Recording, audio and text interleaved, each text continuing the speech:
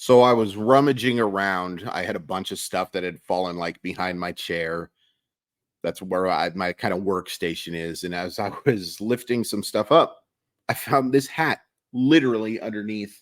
I'm pointing at it. You can't see it, but literally underneath one of the legs of the chair. And that's why it looks all squished up like this. You can see. But I love this hat. I'll do my best to kind of undo the damage to it, whatever the heck you want to say. Anyway, the reason I bring it up is because one, you might be making fun of my hat. Don't do that. And number two, what a perfect hat to talk about Tommy LaStella. And before we talk about Tommy LaStella and what Tommy LaStella represents, let's thank the good people of Simply Seattle. Simply Seattle sponsors this show, and we thank them so much for it because they provide the very best in Seattle sports gear. Tons of great stuff for the Mariners, the Seahawks, the Kraken. Get it together, Kraken. Huskies, Cougars. What a great Apple Cup that was. I'm so glad they're going to keep playing that game. Supersonics, Storm, Sounders, Rainiers. They have hats that, look a lot better than this one right now. All sorts of great stuff, and you can find it all at simplyseattle.com. Use code MOLLYWOP15 once you find all your good stuff because that takes 15% off your order. Awesome stuff. It is definitely Christmas shopping time, folks, and Simply Seattle's got a bunch of stuff that your nieces, nephews, whatever. I automatically go to nieces and nephews because I have two nieces, but there's lots of great stuff for anybody, regardless of anything. So yeah, www.simplyseattle.com. And again, that code is MOLLYWOP15. So Tommy LaStella, I feel like I was surprised anyway when I was looking up the numbers that he only played in 12 games. It certainly felt like a lot more than that, didn't it? 12 games, 24 plate appearances, and he hit 190, 292, 238. That's a 530 OPS. And I think the second video I ever did for Mollywop Monday, or gosh, yeah, I keep doing that. The second video I did for Mile Wide, they sound similar, to be fair, was on the Tommy LaStella signing, and I kind of liked it. I didn't love it, but I kind of liked it because of, it was a guy who has a track record of some offensive success. From 2017 to 2020, this guy really could hit. 2020, we're talking about a guy who hit 281, 370, 449. 2019, he was an all-star. And 295, 346, 486, 16 home runs. That's impressive. Those are good numbers. And then 2020, numbers drop to still an 819 OPS. 2021 is when it drops. 713 OPS, not very good. 2022, 632 OPS, not very good. And dealt with a lot of health stuff. So there was reason to believe that Tommy LaStella could be an effective bench bat, but also reason to believe that this was a player whose best years were behind him and then some. So there was nothing wrong with signing Tommy LaStella and giving him a look. But when you make him your opening day designated hitter,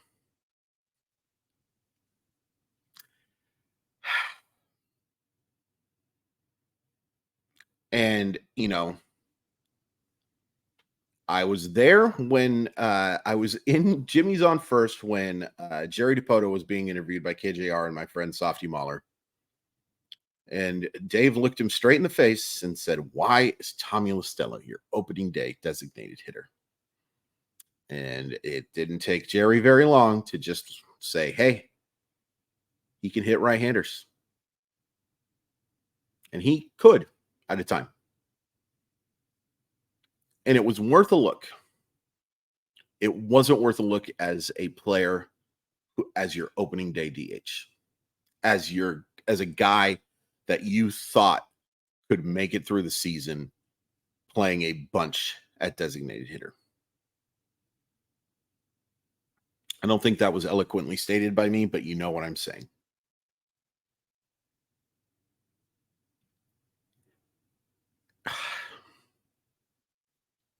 And I look at what Seattle is doing this offseason, and I know DiPoto did say, "Hey, if it fit, will look at a full-time DH. But based on the moves that they've made so far this offseason, I find that hard to believe. Still time, still a lot of time. And I think we're going to see more of what they tried in 2023. A lot of platoon stuff. And I get platoons to a point. They could be effective. Take a look at what Tampa Bay does.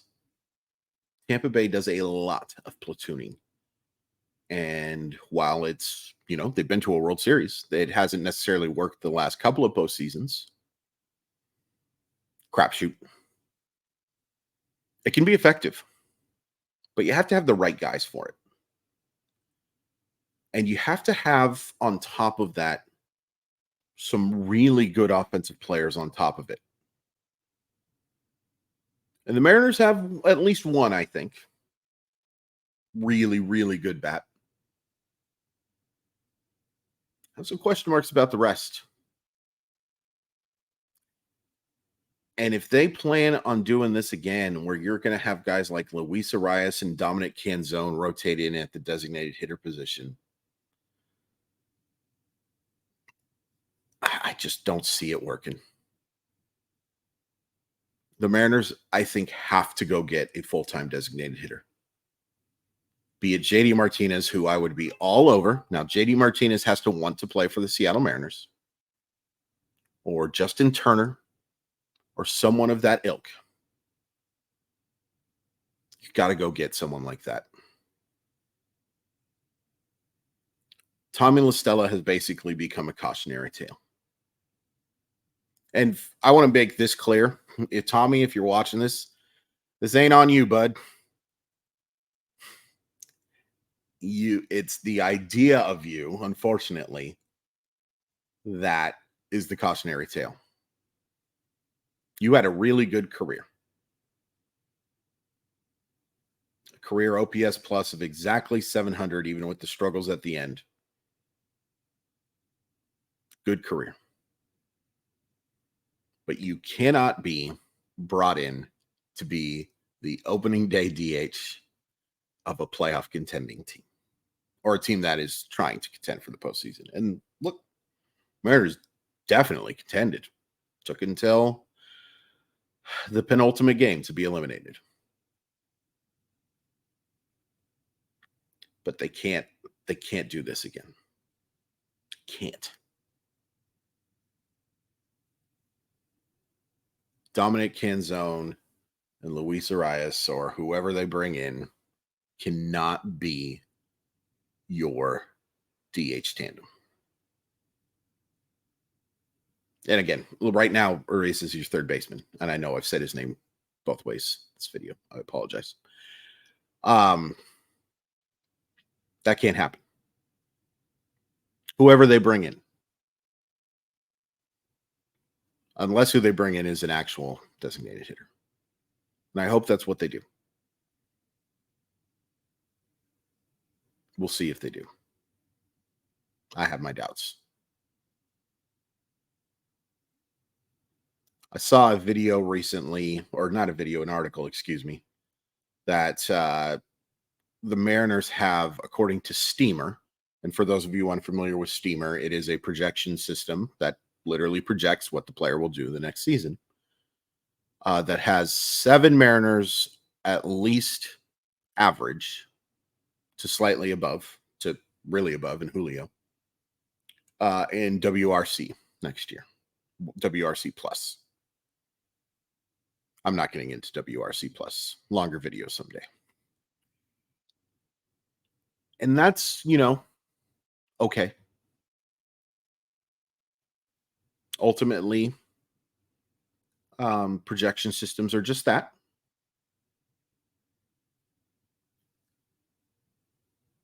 But I don't think that's necessarily, it's not a bad thing.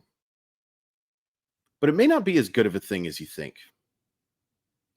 Because a bunch of average hitters or slightly above average hitters, it's not good enough.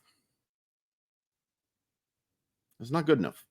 It might be good enough to get you in the postseason because of how good this pitching staff can be. Sure.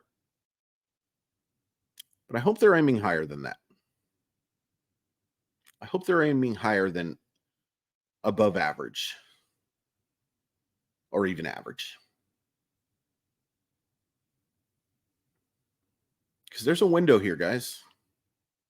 There's a window with some really talented players and some really talented hitters and some really, really talented pitchers to do some damage. I hope you don't settle for average. And I really hope, again, sorry, Tommy. I really hope you don't settle for Tommy Stella. Please hit like, please hit subscribe, follow me on all those websites. You see my name on the thingy. Yeah. Tommy Stella was here.